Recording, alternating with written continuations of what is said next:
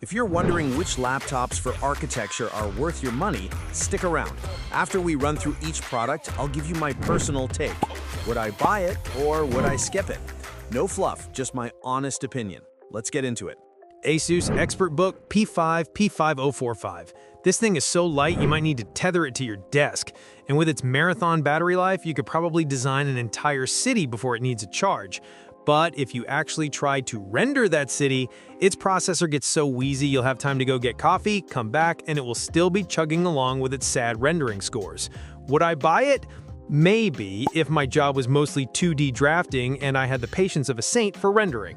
HP ZBook Power G11A. This laptop is built tougher than a $2 steak with its military-grade certification, and the NVIDIA RTX A1000 graphics card will power through your 3D models without even breaking a sweat. The only buzzkill is the pretty basic full high-definition screen. It's like putting a supercar engine in a minivan. It gets the job done, but it's not a thrilling view. Would I buy it?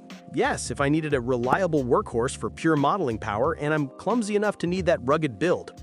HP OmniBook Ultra Flip 14. You can bend this thing over backwards like a gymnast, which is awesome for sketching ideas. And its 2.8K organic light-emitting Ballard display is so stunning, it makes even your roughest drafts look like they belong in a museum. Just don't ask it to do any heavy lifting with 3D renders because its integrated graphics will throw a tantrum and quit faster than a reality TV star.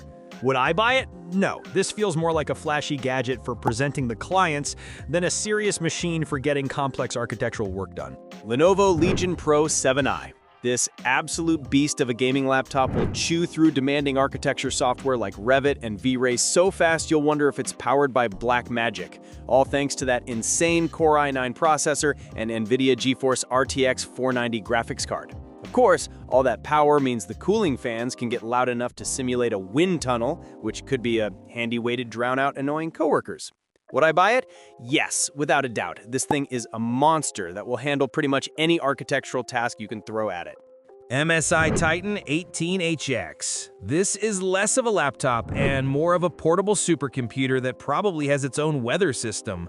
But my god, that massive 18-inch 4K mini light emitting diode display is so crisp it will ruin all other screens for you.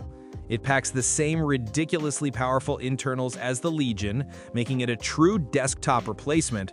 But it's so huge you'll need a bigger backpack and probably a gym membership to haul it around. Would I buy it? No, because I value my spine and I don't own a desk big enough to land a helicopter on.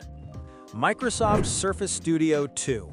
This thing has a cool folding screen that's great for showing off your designs to clients, and it packs a decent punch with an Intel Core i7-13700H and an NVIDIA GeForce RTX 4060 graphics card. But honestly, it costs a fortune, the battery life is a joke, and you could probably get a more powerful machine for way less money, assuming your critical rendering software even runs on it. Would I buy it? Maybe, if a client's paying for it and I want to look fancy, but for my own money, it's a hard pass. Asus ROG Zephyrus G16 2025. Okay, this laptop is an absolute monster for rendering, rocking a new Intel Core Ultra 9 processor and up to an NVIDIA RTX 50 series graphics card, all while being surprisingly thin and light for something this powerful. The downside is, it screams, I play video games 12 hours a day, with its gamer aesthetic and soldered memory that you can never upgrade. Would I buy it? Yes, if I need pure, unadulterated power to render massive projects and don't mind my laptop looking like it's about to launch into space. Dell Precision 5690. This is a true professional workstation, packing an Intel Core Ultra processor and up to a ridiculously powerful NVIDIA RTX 5000 8th generation graphics card, all in a surprisingly portable body.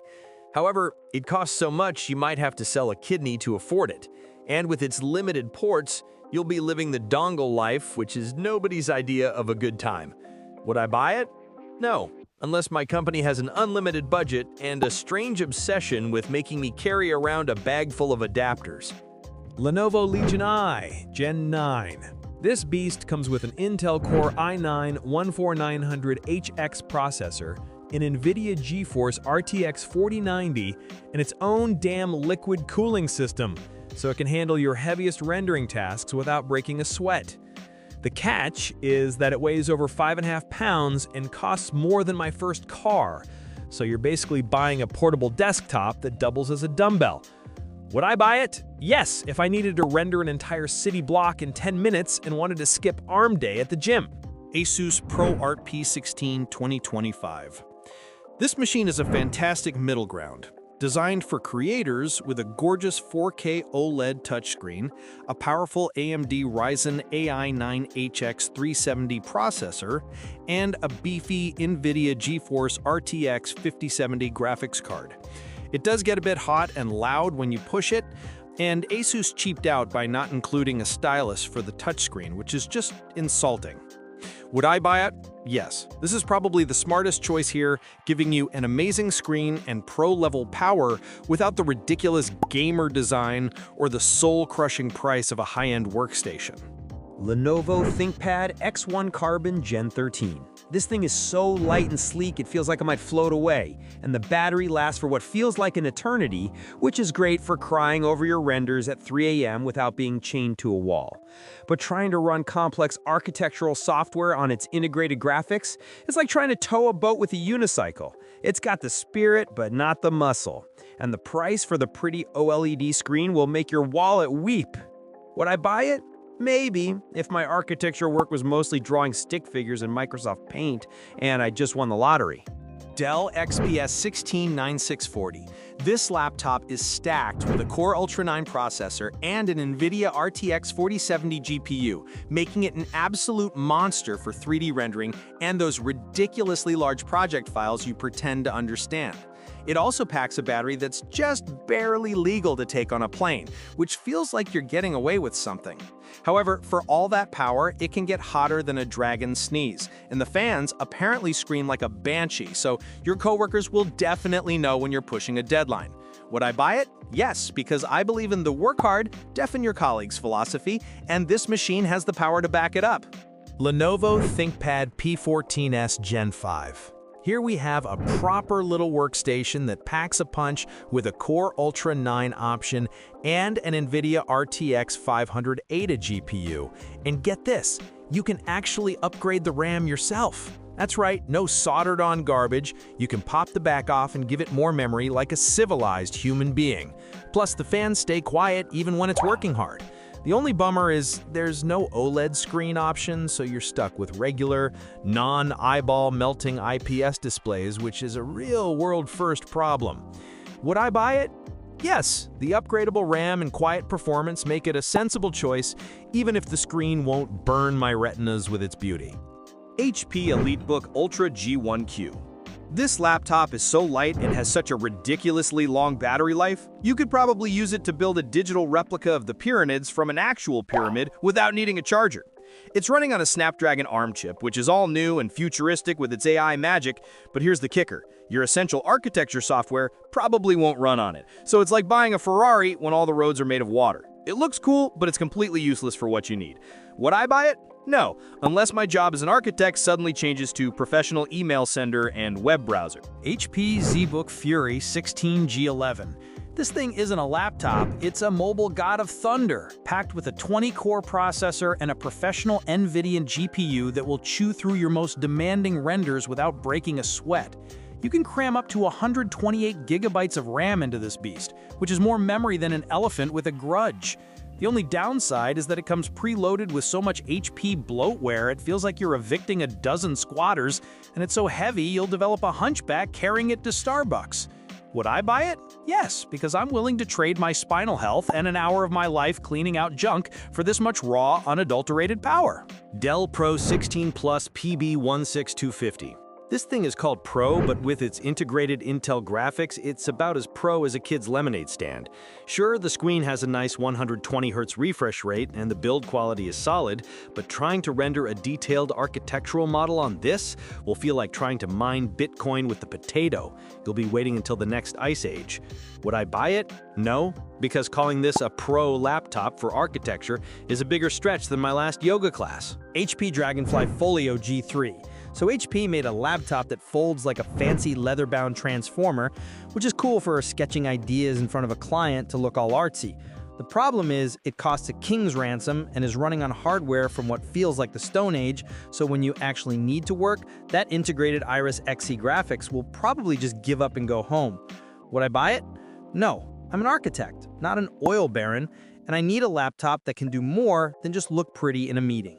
Lenovo ThinkPad P1 Gen 7.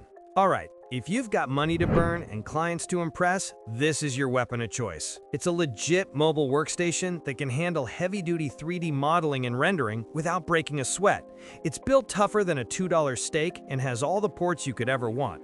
But be ready for the fan to sound like a jet engine taking off when you put it to work, and the price will make your wallet weep. Would I buy it? Yes, if my boss was paying, because this beast will render a skyscraper faster than I can make a cup of coffee. HP OmniBook 7 Flip. This laptop is all about that new, efficient processor, which basically means it has great battery life, but the multi-core performance needed for rendering is kinda meh. It flips around in 4 different modes, which is great for showing off, but when you're staring at a render bar that hasn't moved in an hour, you'll wish it would just flip itself into the trash. Would I buy it? Maybe if my job was 90% presenting and 10% actual work, but for serious architectural rendering, it's just not packing the heat. Lenovo Yoga Pro 9i. This machine is the dark horse, the sleeper agent. It looks like a sleek content creator's laptop, but you can shove an NVIDIA RTX 4070 and a killer Intel Core Ultra 9 processor in there. That gorgeous 3.2K mini LED screen will make your designs look so good you'll want to lick them, and it'll chew through intensive tasks without the "I'm a boring corporate machine" vibe of the ThinkPad. Would I buy it?